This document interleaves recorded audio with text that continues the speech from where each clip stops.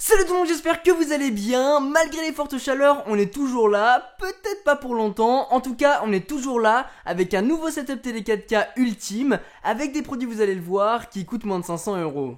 Allez, c'est parti.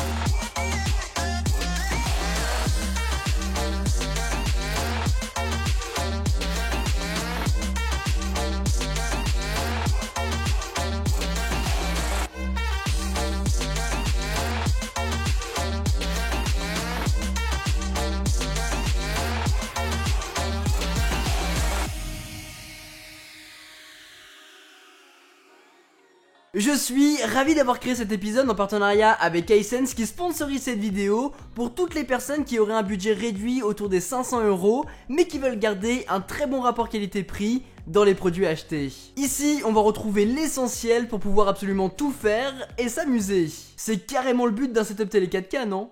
En plus de vous inspirer bien sûr. La pièce maîtresse de ce setup, c'est bien entendu ce monstre, cette télé LED de la série B7500 de Hisense. Elle est énorme, 50 pouces, soit 126 cm de diagonale, compatible 4K Ultra HD, et ce qui donne aussi cet effet énorme, c'est que l'écran est vraiment bord à bord, et le rendu est juste sublime. Bord très fin pour une télé faite entièrement en métal au niveau du cadre, pour ce qui est du pied, il est fait en plastique. Personnellement, ça me dérange pas tant que ça, surtout que de loin, on a cet aspect métal brossé très réussi.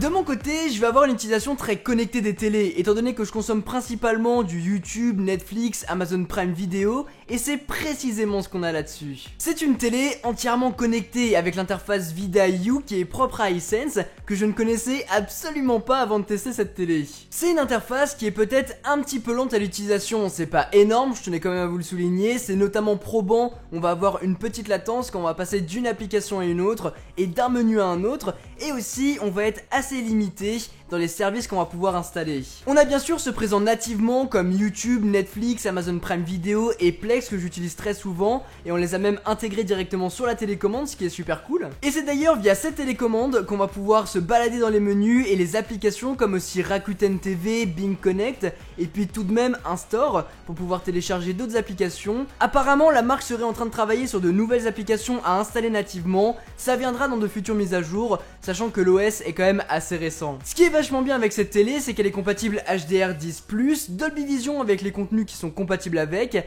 et peut faire de l'upscaling Ultra HD pour tous les contenus qui sont par exemple en HD ou en Full HD. Il va pouvoir adapter le contenu en rajoutant un petit peu d'intelligence artificielle pour avoir un rendu 4K Ultra HD sur cette télé.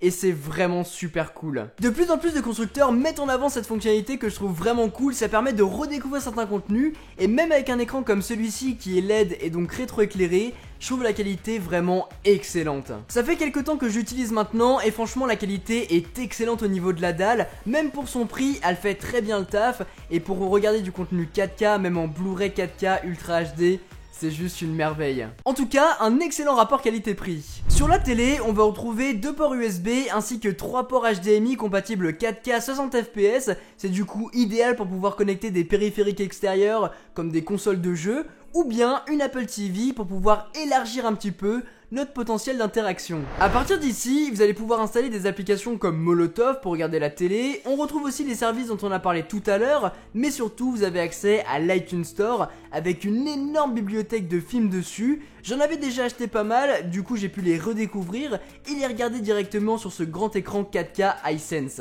Et c'est juste une tuerie. Vous allez aussi retrouver un port optique permettant d'y connecter, roulement de tambour, une barre de son. Celle-ci vient de chez Sony, c'est la HTX 8500, une barre de son qui tourne autour des 300 € et qui elle aussi a un excellent rapport qualité-prix. De base, les haut-parleurs de la télé Hisense sont corrects, donc vous pouvez facilement vous en passer, mais si vous voulez aller plus loin avec de meilleures technologies, il faudra partir sur ce genre d'alternative. Surtout si vous voulez avoir une meilleure immersion dépendamment du film que vous regardez. Dessus, ce qui est cool, c'est que les caissons de basse sont directement intégrés à l'intérieur, ce qui permet d'avoir un gain de place, mais avoir un caisson de basse déporté, ça permet d'avoir quand même plus de profondeur dans les basses et une meilleure expérience en général. En parlant d'expérience, vous allez avoir 4 haut-parleurs sur la face avant et une fonctionnalité permettant d'avoir un son horizontal mais aussi vertical, vous offrant un son Dolby Atmos Surround. Du coup, vous allez vraiment être entouré par le son grâce à cette petite barre de son. L'effet est quand même assez probant avec les films et les séries compatibles, mais je dois dire que j'ai été assez étonné. Ce genre de technologie, c'est vraiment un game changer. À partir du moment où on y a goûté, qu'on a fait notre première expérience avec, on peut vraiment plus revenir en arrière. Et c'est vraiment ça que j'ai vraiment bien aimé avec cette barre de son Sony, c'est qu'on a tout empaqueté dans une petite barre de son qu'on va pouvoir mettre un petit peu partout. 300 €, c'est pas le prix d'une très grande barre de son, donc vous attendez pas à des trucs géniaux. Extraordissime, hein? Je sais pas si ça se dit pas du tout. En tout cas, si jamais vous voulez pas mettre 300 € de plus, vous pouvez quand même vous contenter des haut-parleurs intégrés qui seront corrects. Dans l'ensemble, même avec ce setup qui coûte beaucoup moins cher que celui qu'on avait vu l'an dernier et que ceux qui vont très bientôt arriver sur la chaîne, pour pas les manquer, on s'abonne, on active la cloche, on n'oublie pas. En tout cas, même avec ce setup qui coûte beaucoup moins cher, on va avoir une très bonne immersion dans son film, dans sa série, et c'est ça que j'ai trouvé vraiment bien. Cette bonne immersion va vraiment se faire ressentir grâce à la barre de son qui déploie ce son Dolby Atmos Surround avec un son qui va totalement vous entourer, et aussi grâce à cet écran bord à bord qui va vous aspirer dans votre film. Tiens, pendant que j'y pense, la barre de son est aussi compatible en Bluetooth tout comme la télé, du coup vous allez pouvoir relier les deux en sans fil, malgré qu'il y aura une petite latence qui est pas forcément agréable quand vous regardez un film. Par contre, pour écouter de la musique, c'est plutôt pas mal, et pareil pour pouvoir y connecter votre smartphone. Finalement, petite dernière chose à noter, Alexa est compatible avec cette télé, ce qui vous permettra d'interagir avec elle pour connaître la météo, lancer un film ou une série, mais c'est pas encore disponible à l'heure où je tourne cette vidéo là. Avec une mise à jour, ça viendra très bientôt, mais en tout cas, voilà, ça sera compatible et on aura un nouvel assistant à travers sa télé.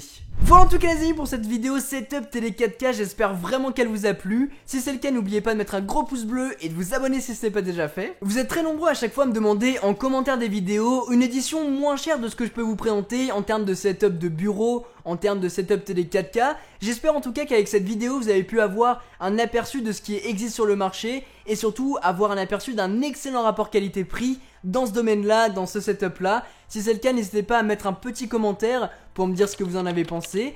Et d'ailleurs, si vous êtes curieux à propos des deux lampes qui sont situées de part et d'autre du setup, vous les verrez très bientôt dans une prochaine vidéo. Sur ce, c'était Quentin, passez tous une très bonne journée. Tchou!